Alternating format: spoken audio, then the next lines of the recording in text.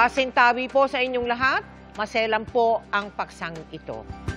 Itinampok natin noong nakaraang taon ang isang lalaki na nagpaturok ng petroleum jelly sa maselang bahagi ng kanyang katawan para raw madagdagan ang kanyang pagkalalaki.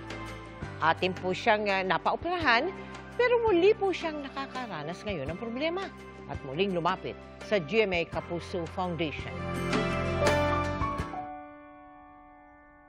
Noong nakaraang taon, itinampok natin ang kwento ng isang lalaking ikinubli natin sa pangalang Dante na nagpaturok ng petroleum jelly sa kanyang ari noong 2007. Ginawa raw niya ito sa kagustuhang madagdagan ang kanyang pagkalalaki.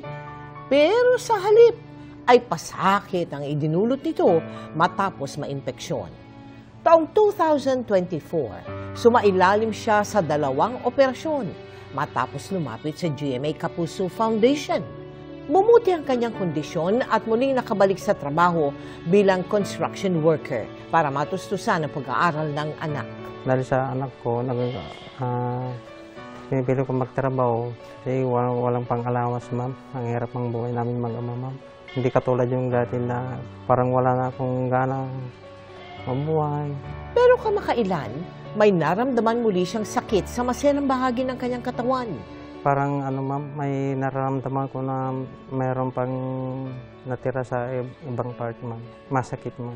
Na mainit na kumikirot, ma'am. Meron hong mga naglalagay din ng mga petroleum jelly at saka kung ano pa hong mga ini-injection.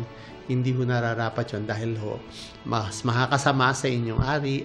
Si Dante muling kumakatok sa inyong puso. Sana po matulungan niyo po ako ulit na matanggal lahat ng aking nararamdaman. Sa mga nais tumulong kay Dante, maaari po kayo magdeposito sa aming mga bank account o magpadala sa Cebuana Lodier.